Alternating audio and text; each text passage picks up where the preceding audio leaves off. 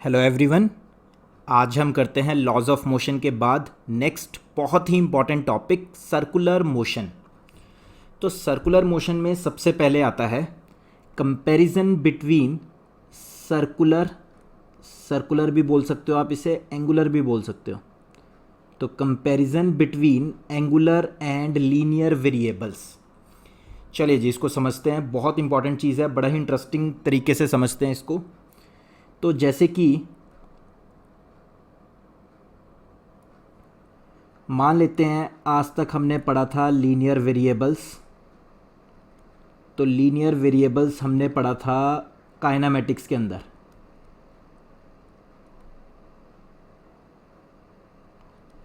And आज हम पढ़ेंगे सर्कुलर वेरिएबल्स। तो मेनली हमें पढ़ने तो सर्कुलर वेरिएबल्स हैं, बट उनको एनालॉगी पढ़ेंगे जैसे हमने काइनेमेटिक्स में पढ़ा था। तो काइनेमेटिक्स में हमने सबसे पहले पढ़ा था, मान लेते हैं t इज़ इक्वल टू 0 पे कोई पार्टिकल मोशन स्टार्ट करता है और वो स्ट्रेट लाइन में चल रहा है। लीनियर वेरिएबल्स तो मतलब लीनियरली चल रहा है। तो अगर वो चल रहा है तो let's say after t is equal to t time के बाद वो चलता चलता पार्टिकल जो है वो चल रहा है किसी u वेलोसिटी से। तो चलता चलता t पॉइंट पे पहुंच गया। तो t पॉइंट पे पहुंचा तो उसने कितनी डिस्प्लेसमेंट ट्रेवल कर ली t टाइम में? 0 सेकंड पे वो चला और t सेकंड के बाद वो a पोजीशन से b पोजीशन तक पहुंच गया t सेकंड्स के बाद। तो कितनी डिस्प्लेसमेंट हुई? s। अब मैंने उसे कितना टाइम दिया? फर्दर थोड़ा सा छोटा सा टाइम और दे दिया, डेल्टा t जस्ट। तो ये टाइम कितना हो गया? t plus delta T. तो t प्लस डेल्टा टी छोटे से टाइम में, इस छोटे से डेल्टा टी टाइम में, तो b से c पहुंचने में उसे टाइम कितना लगा जी? Delta t। तो छोटे से डेल्टा टी टाइम में उसने कितनी डिस्प्लेसमेंट ट्रैवल कर दी? लेट से डेल्टा s इतनी छोटी है, इतनी छोटी है कि इसको ds भी बोल सकते हो, इनफाइनाइटिसिमली स्मॉल डिस्प्लेसमेंट। जस्ट आपने जो चल रही थी बॉडी उसको b पॉइंट पे देखा और जस्ट हाफ सेकंड के बाद फिर से देखा तो वो c पॉइंट पे पहुंच गई थी। अगर चल रही है तो वो चलते चलते b से c पॉइंट पे पहुंच गई होगी। अगर रेस्ट में है तो वो b पे ही रुकी रहेगी। नहीं जी, मैंने उसे डेल्टा टी टाइम दिया, थोड़े से टाइम के बाद देखा तो वो b से c पे पहुंच चुकी थी। तो टोटल कितनी डिस्प्लेसमेंट ट्रेवल हुई उसकी? Delta s। तो हम वेलोसिटी डिफाइन करते थे। तो वेलोसिटी क्या होती थी? वेलोसिटी होती थी जी rate of change of displacement. Rate of change of displacement. ठीक है जी। वेलोसिटी का फॉर्मूला क्या होता था? ds by d t. जब जब पोजीशन या डिस्प्लेसमेंट चेंज होगी टाइम के रिस्पेक्ट में तो वेलोसिटी आती थी। वेलोसिटी एक वेक्टर क्वांटिटी थी, ds बाई डी टी बोल दो, या ऐसे भी बोल सकते हो आप delta s by delta t. Limit delta t approaches to 0, बहुत छोटे से टाइम के लिए जितनी डिस्प्लेसमेंट ट्रेवल होगी delta s upon delta t. Limit delta t approaches to 0, बहुत छोटा सा टाइम। तो ये होती थी वेलोसिटी की डेफिनेशन और यूनिट्स क्या आती थी? Metre per second. इसी तरह कुछ अब सर्कुलर वेरिएबल्स में चलते हैं, बहुत ध्यान से देखना। तो एक मोशन हो रहा होगा जी सर्कुलर एक मोशन हो रहा होगा सर्कुलर। तो लाइक दिस, ये कोई मोशन हो रहा है। तो लेट्स से कोई पार्टिकल सर्कल में घूमता जा रहा है, घूमता जा रहा है, बार बार पूरे राउंड सर्कुलर में घूम रहा है। तो लेट्स से वो पार्टिकल यहाँ से चलना स्टार्ट हुआ किसी ए पोजीशन से t is equal to 0 time पे। ठीक है जी, वो चल रहा था। कैसे चलेगा? टेंजेंट में, टेंजेंशियली चलेगा। तो t is equal to t time के बाद मैंने माना वो a से चल के b पे पहुँच गया और अभी भी चलता जा रहा है। तो a से चल के जब b पॉइंट पे पहुंचा तो उसने a से चल के, ये देखो b पॉइंट पे जब पहुंचा तो उसने सेंटर में कितना एंगल ट्रैवल कर दिया? थीटा। ये कितना एंगल ट्रैवल कर दिया? थीटा। इस थीटा को क्या बोलते हैं? वहाँ पे जो s होता था यहाँ पे वो थीटा है। तो इस थीटा को क्या बोला जाता है? सबसे पहला वेरिएबल आ गया जी एंगुलर डिस्प्लेसमेंट। जो एंगल में ट्रैवल होती है डिस्प्लेसमेंट, उसको बोला जाता है एंगुलर डिस्प्लेसमेंट। इसकी यूनिट्स क्या होती है? रेडियन। इसकी यूनिट्स क्या होती है? एंगल की ऐसा यूनिट क्या होती है? रेडियन। वहाँ पे s क्या था? Linear displacement. एस था लीनियर डिस्प्लेसमेंट, यूनिट्स क्या थी मीटर। आज उस एस का काम यहाँ थीटा कर रहा है। जब पार्टिकल ए से बी पे पहुँचा सर्कुलर मोशन में तो उसने सेंटर पे कितना एंगल ट्रेवल कर दिया, तो उस एंगल को बोला जाता है जी एंगुलर डिस्प्लेसमेंट। यूनिट क्या होती है, रेडियन। ओके, चलो वो चलता जा रहा है, वो घूमता जा रहा है घूमता जा रहा है, तो t is equal to t time के बाद वो कहाँ पहुँचा, बी पॉइंट पे। जस्ट अगर वो घूम ही रहा है तो मैंने उसे फ्रैक्शन ऑफ अ सेकंड और दिया तो अब वो पहुँच गया सी पॉइंट पे, यानी कि मैंने उसे जस्ट डेल्टा टी टाइम दिया। तो सी पॉइंट में पहुँचने में टोटल कितना टाइम लगा, टी पहले लग चुका था, डेल्टा टी और लग गया, तो t plus delta T time के बाद वो सी पॉइंट पे पहुंच गया। अगर सी पॉइंट पे पहुंच गया तो b से c जाने में बहुत छोटी सी डिस्प्लेसमेंट हुई है, लेट से d थीटा हुई है, लेट से छोटी सी डिस्प्लेसमेंट हुई है d थीटा। अगर चल रहा है तो d थीटा ट्रेवल हो गया होगा। अगर वो रुक चुका था या रुका हुआ पार्टिकल है तो b पॉइंट पे जैसे ही रुका मैंने और थोड़ा सा टाइम दिया डेल्टा टी, तो भी वो b पे ही रहेगा।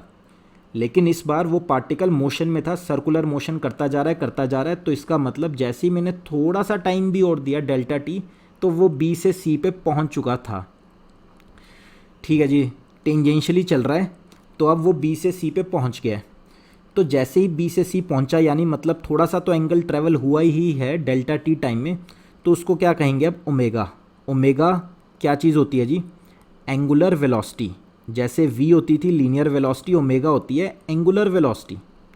ओमेगा की डेफिनेशन क्या होती है, omega is defined as rate of change of angular displacement, rate of change of angular displacement. अगर सेंटर पे एंगल चेंज होता रहेगा, यानी पार्टिकल घूमता जा रहा है घूमता जा रहा है, तो उसकी कुछ तो वेलोसिटी आएगी, वो ओमेगा है। अगर सेंटर पे एंगल चेंज ही नहीं हो रहा तो पार्टिकल रुक गया, इसका मतलब एंगुलर वेलोसिटी कितनी है, ज़ीरो। तो अगर आपके रूम में दो फ़ैन लगे हुए हैं, दो फ़ैन हैं, एक वैसा होगा जो घूमता जा रहा है घूमता जा रहा है, एक ऐसा होगा जिसको आपने स्विच ऑफ करके रखा हुआ है तो वो रुका हुआ है। जो रुका हुआ है उसकी एंगुलर वेलोसिटी कितनी है, ज़ीरो। जो घूमता जा रहा है घूमता जा रहा है उसकी कुछ ना कुछ एंगुलर वेलोसिटी है।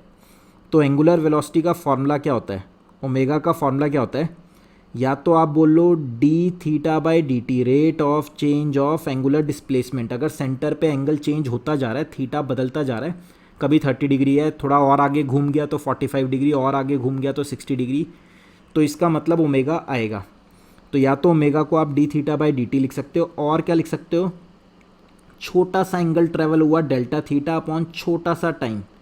छोटा टाइम है बड़ा टाइम है पता नहीं, लेकिन जैसे ही मैंने लगाया limit delta t approaches to zero, भाई छोटा सा ही टाइम है। अब कंफर्म हो गया, जैसे ही मैंने बोला डेल्टा टी जो है चेंज इन टाइम ज़ीरो के अप्रोच कर रहा है, तो इसका क्या मतलब हो गया, बहुत छोटा सा टाइम है। तो d theta by d t भी लिख सकते हो या delta theta by delta t भी लिख सकते हो, delta t approaches to zero. तो ये हो गई ओमेगा की डेफिनेशन। वेलोसिटी क्या होती थी, जो स्ट्रेट लाइन में होती थी, rate of change of displacement. अगर टाइम के साथ चीज़ें आगे बढ़ रही है, डिस्प्लेसमेंट चेंज हो रही है टाइम के साथ, तो इसका मतलब वेलोसिटी है, वो पार्टिकल चल रहा है। इसी तरह यहाँ पे क्या हो रहा है, टाइम के साथ अगर सेंटर पे एंगल बदलता जा रहा है, यानी कि वो घूमता जा रहा है घूमता जा रहा है, तो उसके पास ओमेगा आएगा, एंगुलर वेलोसिटी आएगी। ओमेगा भी एक वेक्टर क्वांटिटी है, थीटा भी एक वेक्टर क्वांटिटी थी, जैसे वहाँ पे v is equal to d s by d t, और s क्या था, डिस्प्लेसमेंट वेक्टर क्वांटिटी। इसी तरह यहाँ पे थीटा जो है, थीटा भी वेक्टर क्वांटिटी है। ठीक है जी, तो ओमेगा की यूनिट्स बताओ, तो कहते हैं ओमेगा की यूनिट्स, तो एसआई यूनिट्स, ओमेगा की एसआई यूनिट्स क्या होगी, जैसे वहाँ मीटर पर सेकंड थी, वेलोसिटी की एसआई यूनिट यहाँ पे होगी radian per second, radian per second.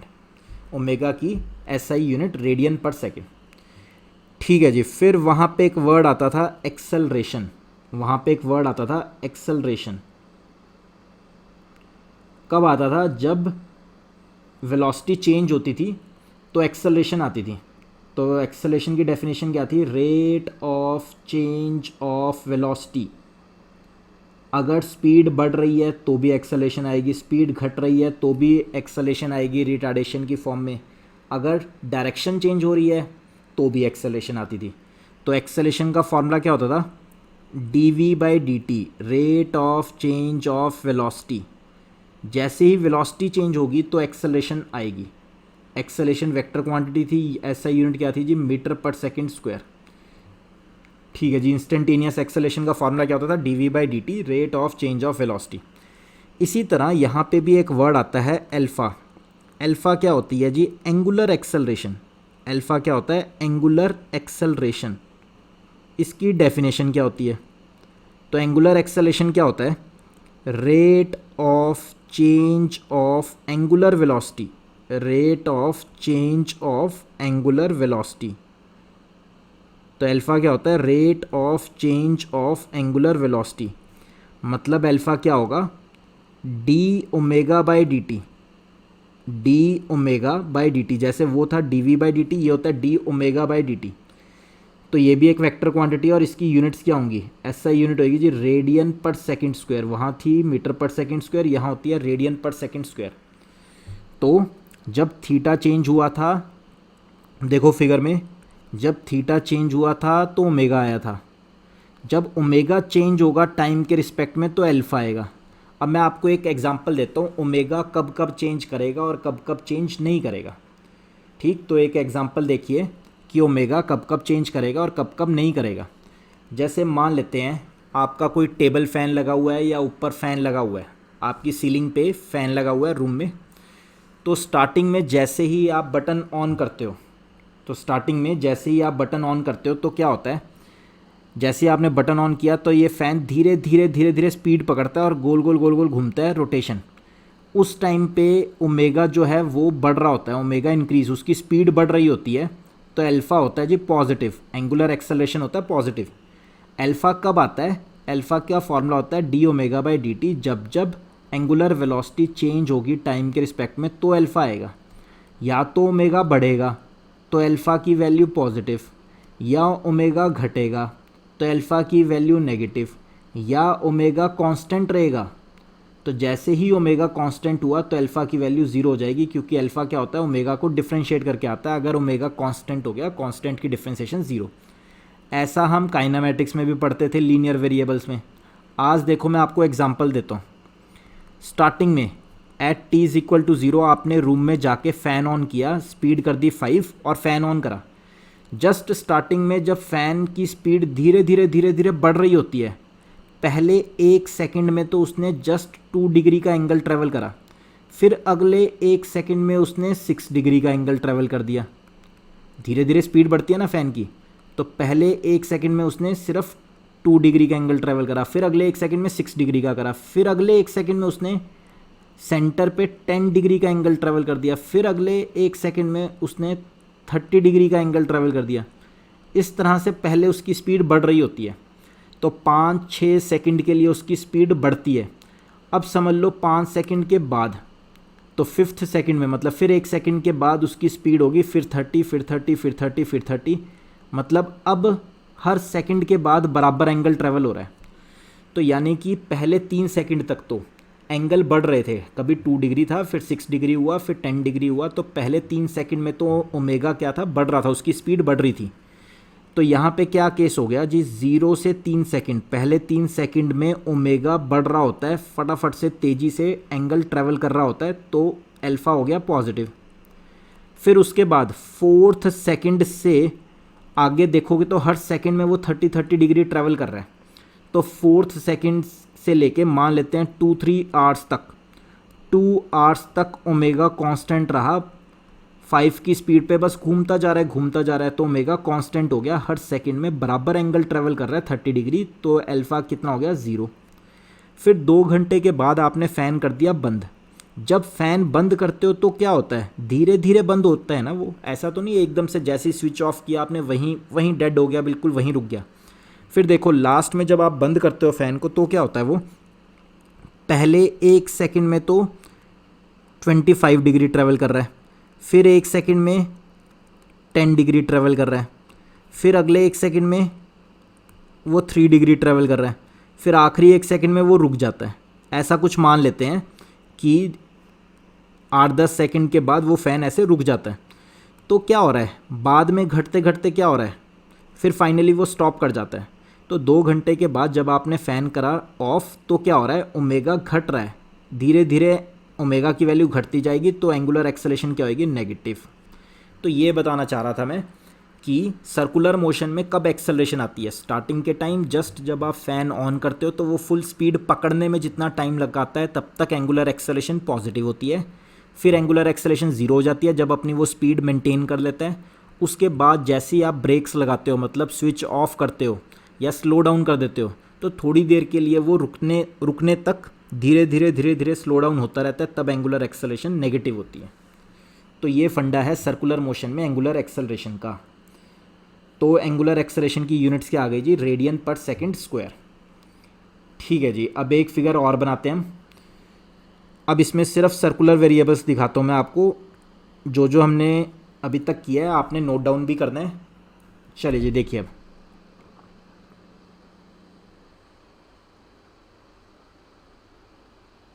तो ये था लेट, एक बारी फटाफट से रिकैप करते हैं। At t is equal to zero पे पार्टिकल यहाँ से ए पोजीशन से चलना स्टार्ट हुआ किसी भी वेलोसिटी से, तो वो गोल गोल घूमता जा रहा है। Let after t is equal to t seconds के बाद वो बी पॉइंट पे पहुँच गया और चल रहा था अभी भी। तो सेंटर पे उसने एंगल कितना ट्रैवल किया था, थीटा, इसे क्या बोलते हैं, एंगुलर डिस्प्लेसमेंट। और उसे मैंने छोटा सा टाइम दिया डेल्टा टी, तो उस डेल्टा टी टाइम में उसने कितनी डिस्प्लेसमेंट ट्रैवल करी है, डेल्टा टी टाइम में उसने थोड़ी सी डिस्प्लेसमेंट और ट्रैवल कर दी, लेट से डेल्टा एस, छोटी सी लीनियर डिस्प्लेसमेंट यहाँ से यहाँ ट्रैवल कर दी बी से सी पॉइंट तक पहुँचने में। कितना टाइम दिया था मैंने उसे, डेल्टा टी टाइम दिया था। तो बी से सी पहुँचने में उसने सेंटर पे कितना एंगल ट्रैवल कर दिया, छोटा सा, या तो आप बोल दो डेल्टा थीटा, इतना छोटा है कि इसे डी थीटा भी बोल सकते हो। इस सर्कुलर मोशन का रेडियस कितना था जी, आर। तो सेंटर पे अगर थीटा थीटा चेंज होता जा रहा है तो इसका मतलब हर सेकंड के मतलब ओमेगा आएगा। ओमेगा क्या होता है जी, rate of change of angular displacement, d theta by d t, omega की यूनिट्स रेडियन पर सेकेंड। अगर ओमेगा भी चेंज होगा टाइम के साथ तो आएगा अल्फ़ा। तो अल्फ़ा क्या होता था, एंगुलर एक्सेलरेशन। फॉर्मूला क्या होता है जी, d omega by d t, rate of change of angular velocity. Alpha की यूनिट्स क्या आएंगी, radian per second square, radian per second square.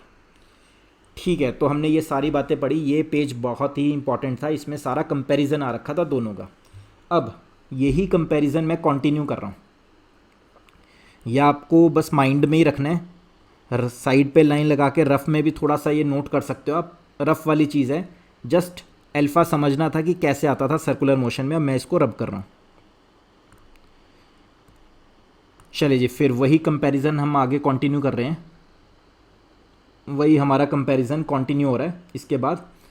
तो जब लीनियर वेरिएबल्स के अंदर काइनेमेटिक्स में जब एक्सेलरेशन कांस्टेंट होती थी, जब एक्सेलरेशन कांस्टेंट होती थी तो वो तीन इक्वेशंस वैलिड होती थी। पहली थी v is equal to u plus a t, second equation थी जी s is equal to u t plus half a t square, third equation थी v square minus u square is equal to 2as। इसी तरह जब circular motion में if angular acceleration is constant, alpha constant होगा, तो यहाँ पे भी पहली इक्वेशन बनती है v की जगह omega, v is equal to u plus a t. Second s angular displacement यहाँ थीटा बन जाएगा, s is equal to u t plus half a t square. And third equation is v square minus u square is equal to 2as। तो यहाँ पे भी ये तीन equations valid होती हैं जब एंगुलर एक्सेलरेशन कांस्टेंट होती है। वहाँ लीनियर एक्सेलरेशन कांस्टेंट थी, यहाँ एंगुलर एक्सेलरेशन कांस्टेंट है, तो ये तीन इक्वेशन वैलिड है। अब मैं आपको क्या करा रहा हूँ, अभी तो हमने कंपैरिजन देखा था कि लीनियर में क्या होता था एंड सर्कुलर वेरिएबल्स में क्या है। अब ये कहते हैं क्या इन दोनों का आपस में भी कोई कनेक्शन है, क्या सर्कुलर वेरिएबल्स और लीनियर वेरिएबल्स को आप दोनों को कनेक्ट कर सकते हो, जोड़ सकते हो। तो नेक्स्ट हमारा टॉपिक है आज का relation between linear and circular variables. तो लीनियर और सर्कुलर वेरिएबल्स को अब जोड़ेंगे हम, तो इनमें कोई रिलेशन है तो बताओ। तो आप देखते हैं, जैसे कि एक एग्जांपल देखते हैं। आपने ज़रूर पढ़ा होगा 10th क्लास में कि, या मैथ्स में हमने +1 में भी पढ़ा हुआ है। मान लेते हैं ये सेंटर पे एंगल है थीटा, ये आर है रेडियस, इसको बोला जाता था लेंथ ऑफ आर्क एल। तो लेंथ ऑफ आर्क, रेडियस और थीटा में कोई फार्मूला बताओ। तो L is equal to r theta, ये फार्मूला होता है ट्रिग्नोमेट्री में, मैथ्स में हमने पढ़ा है, 10th में भी पढ़ा हुआ है, +1 में तो पढ़ा ही पढ़ा है। L is length of arc, तो जो सर्कल में ये आर्क बनती है उसकी length L is equal to r theta. R क्या होता है जी रेडियस, थीटा क्या होता है सेंटर पे एंगल। तो ट्रिग्नोमेट्री में हमने पढ़ा हुआ है L is equal to r theta. 10th में मेंसुरेशन में भी पढ़ते थे, एरिया रिलेटेड टू सर्कल के अंदर कहीं ना कहीं था L is equal to r theta. यहाँ पे खास बात है, theta is in radian, theta radian में होना चाहिए, थीटा सिर्फ और सिर्फ रेडियन में होना चाहिए, मतलब पाई की टर्म्स में ही होना चाहिए। तो L is equal to r theta. चलिए जब मैं इसको, ये तो एग्जांपल था, इसको रिलेट कैसे करेंगे। तो अभी अभी जब हम सर्कुलर मोशन पढ़ रहे थे तो हमने क्या कहा कि लेट आर रेडियस का सर्कुलर मोशन हो रहा था सेंटर। तो कभी t इज़ इक्वल टू 0 पे कोई पार्टिकल A से चला, थोड़ी देर बाद उसने सेंटर पे चलते चलते एंगल कितना बना दिया था, थीटा एंगल ट्रैवल कर दिया सेंटर पे। Okay, t is equal to t time के बाद अब थोड़ा सा टाइम उसे और दिया, ये बहुत थोड़ा टाइम है, t is equal to t plus delta t, बहुत छोटा सा टाइम, इतना छोटा कि ये जो डिस्प्लेसमेंट है आउटर में, जो डिस्प्लेसमेंट है, जो लेंथ ऑफ आर्क होती है वो है डेल्टा एस, छोटी सी डिस्प्लेसमेंट, एंड सेंटर पे जो एंगल ट्रैवल हुआ बहुत छोटा सा एंगल ट्रैवल हुआ डेल्टा थीटा या डी थीटा भी बोल सकते हो। रेडियस कितना है आर, तो आप क्या कह सकते हो लेंथ ऑफ आर्क वाला फार्मूला लगा के कि डेल्टा एस हो गया length of arc is equal to r radius delta theta. तो देखो मैंने कनेक्ट कर दिया एस को थीटा से, एस और थीटा में ये रिलेशन होता है कि delta s is equal to r delta theta. ठीक है जी, फिर मैंने इसको क्या किया, दोनों को टाइम से डिवाइड कर दिया, दोनों को मैंने दोनों तरफ, ये एक बड़ा अच्छा रिलेशन है delta s is equal to r delta theta. फिर मैंने क्या करा, दोनों तरफ डेल्टा टी से डिवाइड कर दिया, दोनों तरफ डेल्टा टी से डिवाइड कर दिया, एंड डेल्टा टी क्या था, limit delta t approaches to 0, बहुत छोटा सा टाइम। इधर भी वही कि लिमिट आर तो रेडियस है, रेडियस को बाहर निकाल लिया,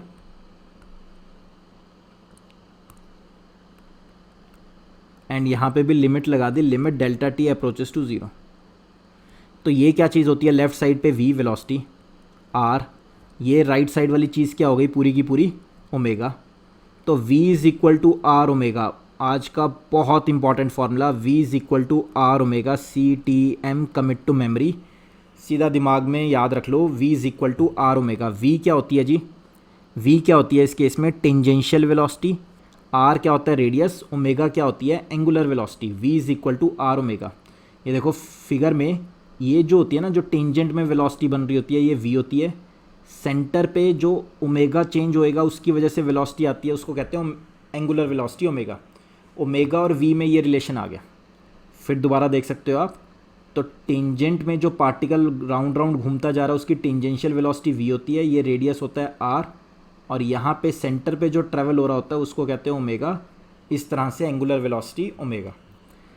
ठीक है जी, फिर जो मेन फार्मूला क्वेश्चंस में यूज़ होगा वो यही होगा, v is equal to r omega, और इसी की ना एक वेक्टर फॉर्म भी है, वो कम यूज़ होता है बट जनरल नॉलेज के लिए ज़रूरी है। v vector is equal to omega cross r, omega cross r, only for objective है, v is equal to omega cross r, बहुत कम यूज़ होगा बट जनरल नॉलेज है, आपको पता होना चाहिए कि v वेक्टर कैसा आता है, r क्रॉस ओमेगा से आता है या ओमेगा क्रॉस r से आता है। तो सही आंसर है ओमेगा क्रॉस r से v आता है।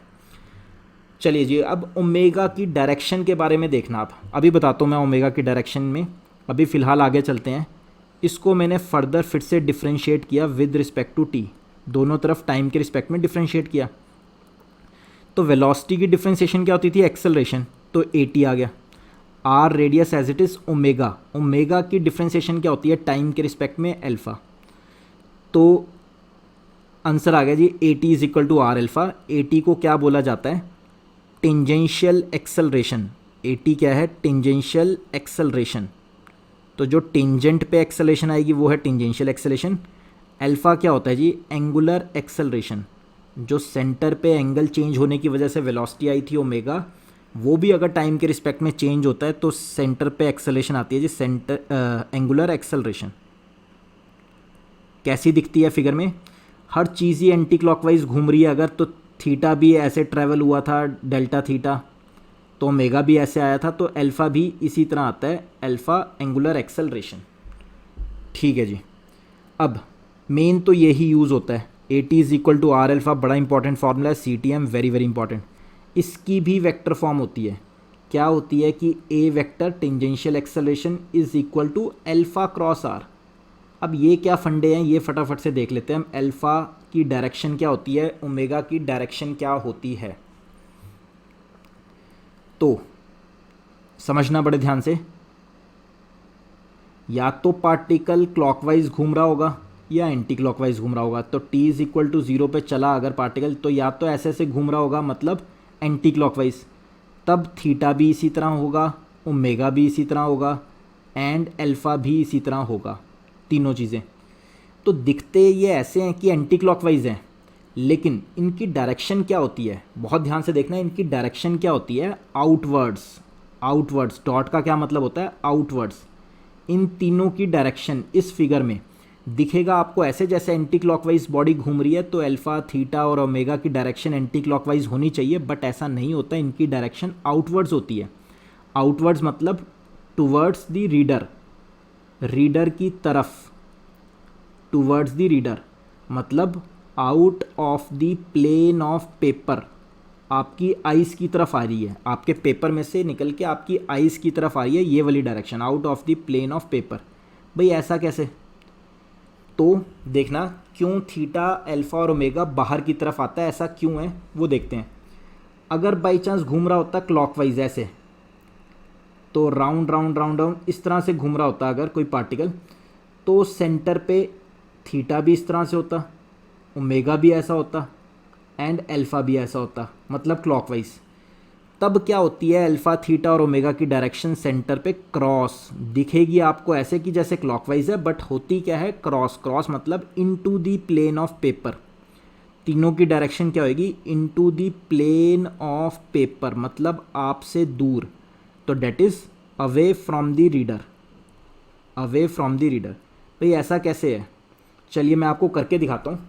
आपको क्या करना है, राइट हैंड की, पेन पकड़ा होगा तो छोड़ दीजिए पेन, राइट हैंड की फिंगर्स को कर्ल करना है, थंब को फिंगर्स के साथ 90 डिग्री बना के राइट हैंड की फिंगर्स को कर्ल करना है, तो थंब जो होगा बाहर की तरफ देगा या अंदर की तरफ देगा डायरेक्शन, वही थीटा अल्फ़ा और ओमेगा की डायरेक्शन होगी। मैं आपको करके दिखाता हूँ। देखिए अब आपको स्क्रीन नज़र आ रही होगी, तो या तो सर्कुलर मोशन ऐसा ऐसा होगा, ये सर्कुलर मोशन कैसा है, एंटी क्लॉकवाइज, या सर्कुलर मोशन ऐसा होगा क्लॉकवाइज। चलिए एक बारी बात करते हैं पहले केस की, कि सर्कुलर मोशन ऐसा ऐसा हो रहा है, सेंटर पे ऐसे ऐसे एंगल ट्रेवल हो रहा है। तो आपको क्या करना है, राइट हैंड की फिंगर्स को पहले थंब के साथ 90 डिग्री का एंगल बनाना है, थंब के साथ 90 डिग्री का एंगल, ऐसे बिल्कुल कड़क। अब आपको फिंगर्स घुमानी है राइट हैंड की, लाइक दिस, फिंगर्स घुमानी है। अगर मोशन ऐसे ऐसे हो रहा है तो आपको फिंगर्स ऐसे घुमानी है, तो थंब कहाँ डायरेक्शन दे रहा है, बाहर। तो ये होता है बेसिकली थीटा ओमेगा और अल्फ़ा की डायरेक्शन बाहर। या फिर सर्कुलर मोशन हो रहा होगा क्लॉकवाइज, तो क्या करना है, आपने राइट हैंड की फिंगर्स को क्लॉकवाइज घुमा देना है, तो जो थंब होगा वो अंदर जा रहा है, आपसे दूर जा रहा है, तो वो नीचे वाला केस हो गया। और दो फिगर मैंने आपको दिखाई है, एक पहले वाला केस बाहर, दूसरे वाले केस में अंदर। अब जो आपने ये पढ़ा था v वेक्टर, देखिए दोबारा से, v vector is equal to omega cross r, v vector is equal to omega cross r में मैंने क्या दिखा रखा है, ओमेगा क्रॉस आर करना है। ओमेगा कहाँ निकल के आया, अभी बाहर। अगर मोशन ऐसा ऐसा हो रहा है, अगर मोशन ऐसा ऐसा हो रहा है तो ओमेगा कहाँ आया, बाहर। ओमेगा क्रॉस आर करो, ओमेगा क्रॉस आर, ओमेगा की तरफ फिंगर्स रखो, आर की तरफ कर्ल करो, तो राइट हैंड ये देखो, ओमेगा मतलब आपकी तरफ फिंगर्स, एंड आर की तरफ curl, omega cross r. Right hand की ये वाली फिंगर की जो टिप है, मिडल फिंगर की जो टिप है, ओमेगा की तरफ रखनी है, ओमेगा बाहर है, आर इधर है। तो अगर मैं आपको पेन से भी करके दिखाता हूँ, तो देखिए ये ओमेगा है, आपकी तरफ एंड ये आर है उधर, तो ओमेगा क्रॉस आर करना है। ओमेगा की तरफ फिंगर्स रखी, आर की तरफ कर्ल करी, तो आंसर कहाँ गया, वी वेलोसिटी, टेंजेंशियल वेलोसिटी इधर। तो आप फिगर में देख सकते हो टेंजेंशियल वेलोसिटी इस फिगर में यहाँ आ रही थी, मतलब ऊपर की तरफ हम ठीक कर रहे हैं। ओमेगा बाहर, आर इधर, ओमेगा क्रॉस आर करा तो वेलोसिटी आई ऊपर, यानी कि ये बिल्कुल ठीक हो रहा है जो फिगर में था। ठीक है जी, अब आपको नज़र आ रहा है ओमेगा कहाँ होता था, बाहर की तरफ। ओमेगा बाहर है, आर ये है, ओमेगा क्रॉस आर करो तो ये वेलोसिटी की डायरेक्शन आएगी, यानी कि फिट बैठ रहा है। हमने जो ये फार्मूला पढ़ा है ये ठीक पढ़ा है। v क्या होता है, ओमेगा क्रॉस आर। इसी तरह टेंजेंशियल एक्सेलेरेशन क्या होती है, अल्फा क्रॉस आर। ठीक है जी, मेन तो ये यूज़ होगा, tangential acceleration is equal to r alpha. यहाँ से मैं आपको दो खास बातें बताने वाला हूँ, बहुत ध्यान से सुनना। ये जो सर्कुलर मोशन था, लीनियर वेलोसिटी इधर ही आती है, इसे कहते हैं हम टेंजेंशियल वेलोसिटी, एंड इसी डायरेक्शन में आती थी टेंजेंशियल एक्सेलरेशन। एंड ये जो होती है इसको कहते हैं, दिखती ऐसे है anti clockwise, omega and alpha, but in दोनों की डायरेक्शन कहाँ है, बाहर की तरफ। तो एक फार्मूला आया v t is equal to r alpha, and एक फार्मूला आया a t, tangential acceleration and angular acceleration में क्या रिलेशन होता है, a t is equal to r alpha. बहुत ज़्यादा इंपॉर्टेंट है। अच्छा, अब आपको याद होगा आज से पहले काइनामेटिक्स में हम पढ़ते थे। अब यहाँ से 5 मिनट की क्लास बहुत इंपॉर्टेंट होगी, ध्यान से सुनना। काइनामेटिक्स में हम एक्सेलरेशन को कहते थे rate of change of velocity, rate of change of velocity. But यहाँ सर्कुलर मोशन के अंदर जो ये होती है इसे क्या बोलते हैं, टेंजेंशियल एक्सेलरेशन। सिर्फ और सिर्फ सर्कुलर मोशन के अंदर एटी को क्या बोला जाता है, टेंजेंशियल एक्सेलरेशन की डेफिनेशन क्या होती है, is rate of change of speed, rate of change of speed या tangential speed, rate of change of tangential speed, not velocity. बड़े ध्यान से देखना। तो यानी कि टेंजेंशियल एक्सेलरेशन क्या होती है, सिर्फ और सिर्फ rate of change of speed होती है, ना कि वेलोसिटी। तो जैसे ही कोई पार्टिकल सर्कल में घूमेगा और उसकी स्पीड चेंज होएगी, 5 से हो गई 6, 6 से हो गई 7, उसकी स्पीड चेंज होती रहेगी, तो टेंजेंशियल एक्सेलरेशन आती रहेगी। और अगर गलती से कहीं स्पीड कांस्टेंट होगी, जैसे बस 5 है तो स्पीड 5 है, 5 है, 5 है, स्पीड हर जगह 5 है, डायरेक्शन का तो फंडा ही नहीं है। अगर स्पीड चेंज हो रही है, स्पीड कांस्टेंट है, हर जगह 5 मीटर पर सेकंड की स्पीड से अगर घूम रहे हैं सर्कल में, तो टेंजेंशियल एक्सेलरेशन कितनी हो जाएगी, 0। और अगर स्पीड चेंज हो रही है 5, 6, 7, 8, 4, 3, 2, 1, कुछ भी, स्पीड चेंज होने से सिर्फ टेंजेंशियल एक्सेलरेशन आएगी। वेलोसिटी का कोई फंडा नहीं है, डायरेक्शन का कोई फंडा नहीं है। तो टेंजेंशियल एक्सेलरेशन की डेफिनेशन क्या है, rate of change of tangential speed. Okay जी, मेरी तरफ से ये नोट था, बहुत बहुत वेरी वेरी इंपॉर्टेंट। कैसे है अगली आने वाली क्लासेस में पता लग जाएगा आपको। तो therefore tangential acceleration is not equal to net acceleration. ये सिर्फ स्पीड के चेंज होने की वजह से आती है। Tangential acceleration is not equal to net acceleration.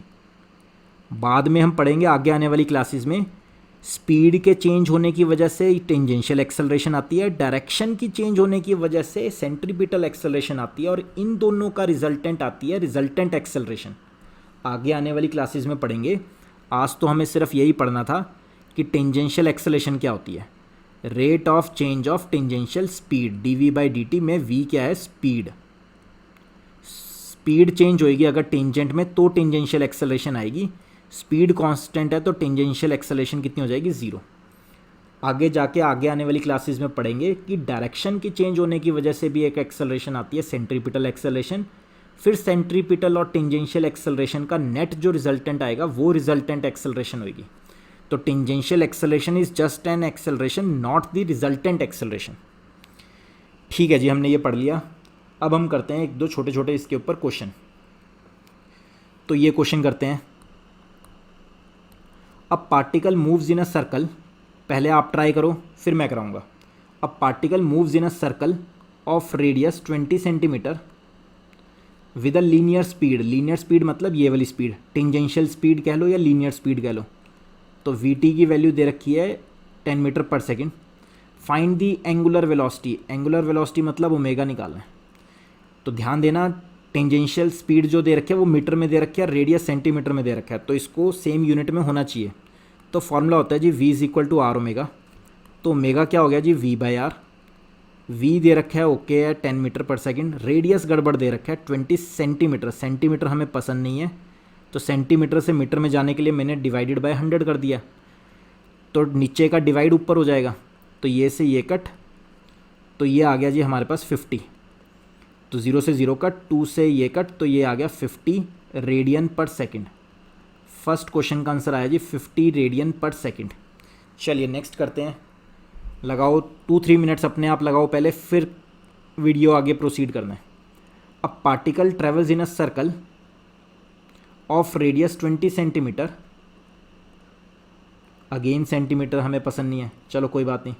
At a speed that uniformly increases, तो पार्टिकल सर्कल में चलता जा रहा है और इसकी स्पीड लगातार बढ़ती जा रही है। If speed changes from 5 metre per second थी स्पीड पहले और 6 मीटर पर सेकेंड हो गई बाद में, कितने टाइम लगा ये काम होने में? 2 सेकेंड लगे। तो ठीक है जी, स्पीड चेंज हुई है तो ओमेगा आएगा तो एंगुलर एक्सेलरेशन भी आएगी। चलो वो निकालनी है अब हमें एंगुलर एक्सेलरेशन। पहले हम निकाल लेते हैं टेंजेंशियल एक्सेलरेशन। वो क्या होता था? Rate of change of speed, tangential speed, या ऐसे बोल दो dv/dt, या ऐसे बोल दो डेल्टा v/Δt। तो डेल्टा v होता है चेंज का मतलब होता है हमेशा फाइनल माइनस इनिशियल। तो फाइनल वेलोसिटी 6 होगी, इनिशियल कितनी थी 5। फाइनल वेलोसिटी 6 होगी, इनिशियल कितनी थी 5, कितने टाइम में हुई? 2 सेकेंड लगा। तो टेंजेंशियल एक्सेलरेशन आ गई जी 1/2 metre per second square. Tangential acceleration आ गई 1/2 metre per second square. AT से अल्फ़ा में कैसे जाते थे? AT is equal to r alpha. AT आई 0.5 हाफ, रेडियस 20 सेंटीमीटर हमें पसंद नहीं इसलिए डिवाइड बाय 100 मीटर के लिए अल्फ़ा हमें निकालना है। तो ये कितना आ गया? 5 उधर गया तो अल्फ़ा आ गया जी 2.5 रेडियन पर सेकेंड स्क्वायर। सबको अपनी SI यूनिट में लिखना है, तो अल्फ़ा भी कितना आ जाएगा फिर? रेडियन पर सेकेंड स्क्वायर, जैसे ही मैंने R को मीटर में चेंज कर दिया। तो फाइनल आंसर आया 2.5 रेडियन पर सेकेंड स्क्वायर। आपका होमवर्क है, आज की क्लास बहुत इंपॉर्टेंट थी, इसको अच्छे से नोट डाउन करना है, रिवाइज करना है। नेक्स्ट क्लास में हम आगे बढ़ेंगे नेक्स्ट टॉपिक के साथ। Thank you guys, thank you so much. If you like our video please press the like button and keep sharing the video with your friends. God bless you all.